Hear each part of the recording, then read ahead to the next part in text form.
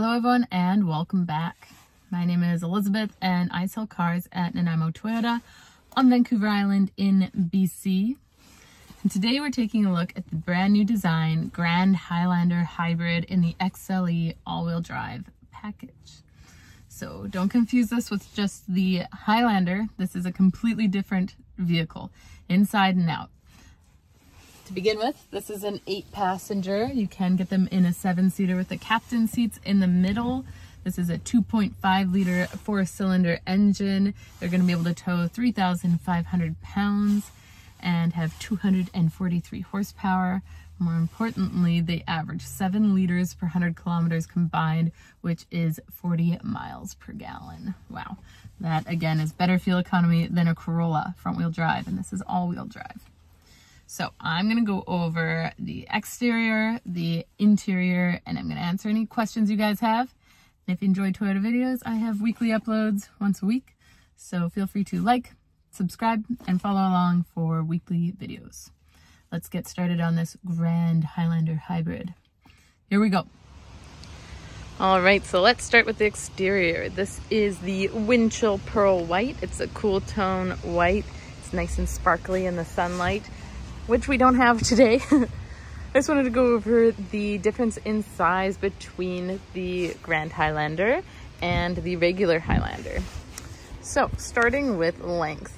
The length of this Grand Highlander is 201.3 inches versus 194.9. Then we're looking at width, 78.3 inches versus 76.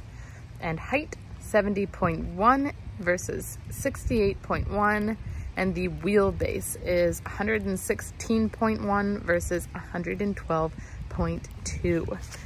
So I wanted to just go over that real quick because I know those numbers don't sound like they're a lot bigger, but you know what? It definitely helps. That it's a lot more space than it looks. Once we get inside, you'll see what I mean. It does have an 8-inch ground clearance with a 65-liter gas tank. I like the front end. I find this is just a lot more square than the regular Highlander. It doesn't have as round of features. I also have 18-inch alloy wheels here, mud and snow tires rated for driving across the island all year round, mud guards in the front and the rear, foldable mirrors with the blind spot monitors in them, and they are heated and power adjustable. Proximity sensor with the push button start, tinted back windows, nice chrome accent along the bottom of the windows there. Again, look how nice and square this is. I like how the height stays nice and square in the back so it doesn't dip down, so you have that height for storage. In the back end here we have the badging with the XLE. This is an all-wheel drive. They're all all-wheel drives, that's why it doesn't have a badging on there. It says Grand Highlander in 3D, sticks out there. And then the new logo for the hybrid system. And that's where the gas tank is on this side. And then you have roof rails up top. No sunroof on this model, but lots of goodies inside. So we're gonna go ahead and take a look at the interior. Okay, so starting in the hatch, little push button to open. You can see up on there you have the power hatch. This model here, we've got the cargo liner is an accessory. These are your carpet mats. I'm gonna show you all of the fun configurations for these back seats because for one, let's put this guy up. Hi. For one, they can either sit completely upright like this, or as you can see on this side, it's reclined. And you can actually recline quite a bit. So depending on how much storage you need in the back and how comfortable you want your passengers to be or how much they want to have a nap, you can definitely see either way. I'm going to put these down so you can see again how much space is in this configuration. Almost completely flat. Just that guy is sticking up a bit there. Now I'm going to go ahead and put down the middle row. So let's come along here Come with me, entertain me for a moment. All right, there, lots of levers. This one and these two guys, depending on if you want to lay this flat or just have it slide backwards and forwards. This does slide a bit further back if you want it closer. Let's go put down the other side. Okay, so I'm gonna slide it back just a bit. And I'm doing this with one hand, so it goes to show you that it's pretty easy to do considering they're pretty skookum seats. So this is what it looks like with all of those seats down.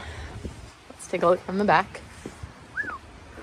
That is a lot of space. So what I'm gonna do now is pull these up. I'm gonna slightly recline them.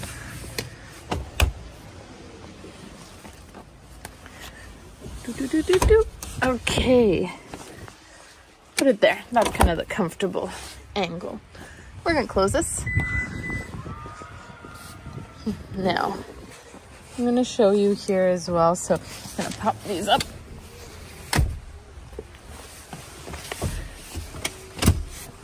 Okay, so this middle row can slide forwards and back, and it determines how much space our friends are gonna get in the third row.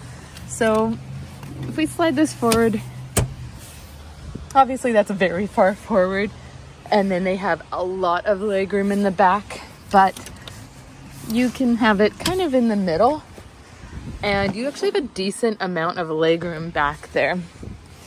I'm actually going to slide this forward altogether, and I'm going to come back here.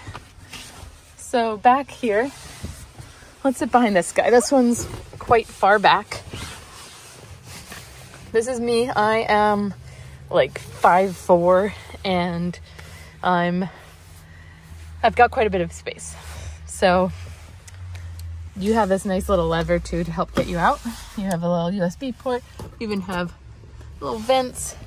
But again, this can slide forward. So, oops, not that guy. Let's slide forward just a bit, and then we'll lock it here. So now this is a lot of room. I've got, you know, over a foot of space, and then they have less space. So it really depends on where you want these rows at, and they recline as well. But very comfy considering this is the back row. In the regular Highlander, I wouldn't want to go for a long road trip back there, but in this guy, you could definitely be back there comfortably. Little sun guards. Oh yeah, so very diverse, lots of different configurations, as you can see. Sorry with the one-handedness, that might be a little awkward looking. Cup holders in the middle. As you can see, this is an 8-passenger. Otherwise, you can get the middle removed for the captain seats on the other models. Climate control back here, your temperature and fan speed and direction, USB ports, or USB-C I should say, and a cigarette style charger. Map holders on both sides. And again, vents. You even have a little like handle here for getting in and out of the back seat. So when this is forward, you can have a grip, and then you've got a nice little walkway too. All right, now that we've kind of gone over the back, rubber mats too, I should point out, across the backs of both. Let's get in the front. So we've got power windows, mirrors, locks, power adjustable seat with lumbar support, soft text, leather. Even has like nice perforation in it, kind of cool looking design. Rubber mats again. Take a slow pan of the interior here.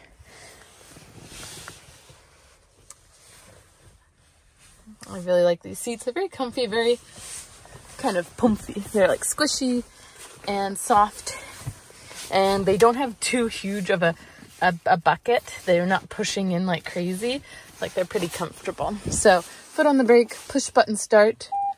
It's on. Very quiet. So it'll probably kick over the engine shortly here because it's pretty chilly out.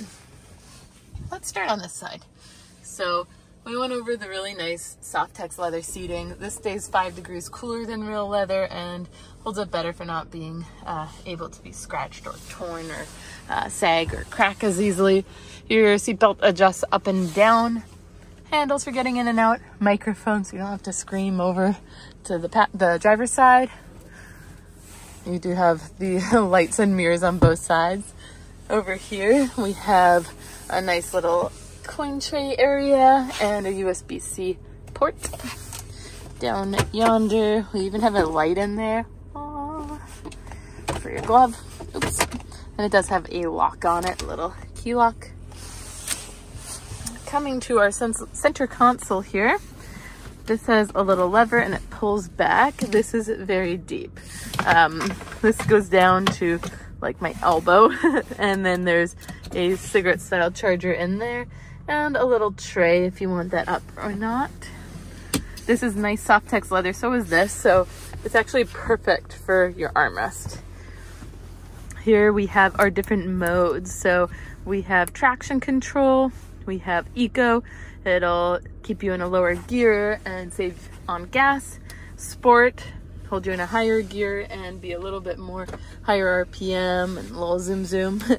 Trail optimizes your all-wheel drive system for going off-road. EV system uses pure electric at parking lot speeds, and downhill assist control. So if you are descending for a long period of time and you want to use your transmission to kind of slow you down instead of wearing down your brakes, that would be the guy.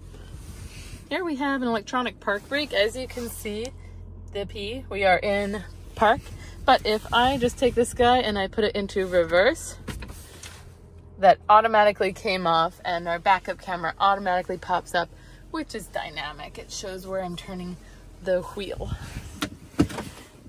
So, and then I put it in park and voila, came back on.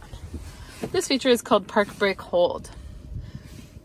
In a nutshell, when you have this feature on, you need to have your seatbelt on and be in drive to activate it. Once it is on, every time you come to a complete stop, it will hold you, and you can take your foot off the brake when an orange light pops up saying hold on the screen, and then use gas to release and go. It's great for stop and go traffic jams, drive-throughs, etc. Nice cup holders with little holdy dealies that keep your cup in place. Even has a nice little rubber bottom. Looks like you might be able to pull that out to clean it. And then another deep kind of compartment. I think this is really great for the girls with the fancy Stanleys and whatnot, the big mugs. So big cups fit in there, big water bottles, all that good stuff, all those fun beverage containers and all the pretty colors. Here we have a wireless phone charger. Just face your phone up. If it's compatible, it will charge. It has a little holder here, kind of keeps it in spot. Otherwise, it's just another big area over here. USB ports, that's more of a connector. And another one there, USB-C. Power, hazards, little air venties. And then your 3-zone climate control for my side, passenger side, and rear climate control. You can have your fan speed, you can synchronize it to the driver's temperature, so they all are 27, and I can control them all. So that's kind of cool. You have windshield de-icer, or sorry, this is a defrost. So this will put hot air on the glass versus putting a defrost on. Actually, I don't know if this has a defrost. Looks like it does. So it should, oh, sorry, it's right there. Okay, they've moved it on me. So this is a defrost and this is the de-icer. So this puts hot air on the glass. This heats the physical glass, which is all along here. I actually really like that they moved it there because for whatever reason, all the other Toyotas have it down here. So it's there. So hot air, physical glass, warmer. And then this heats the rear and your mirrors for the glass. Heated seats, high, medium, and low. If you just want to turn your climate control off. Giant screen. This is going to be compatible with the new wireless Apple CarPlay and Android Auto, so you can connect wirelessly and get your maps up on there, your Spotify, all the apps that are compatible, your Audible, and whatnot. So very handy. Giant screen. A lot of people nowadays just want to use their phone's navigation, so you can.